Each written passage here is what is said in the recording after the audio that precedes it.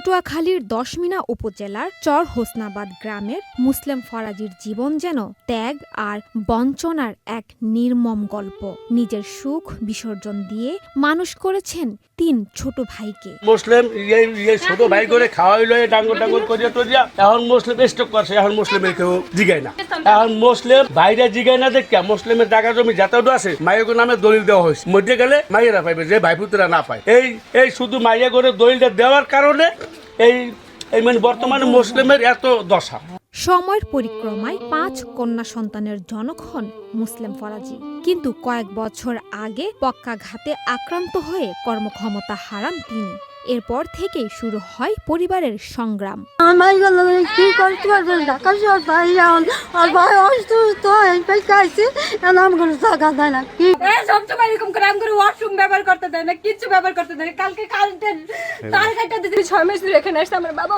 তখন থেকে এখানে আসছি, আসার পর থেকে নানান রকম অত্যাচার সহ্য করছি।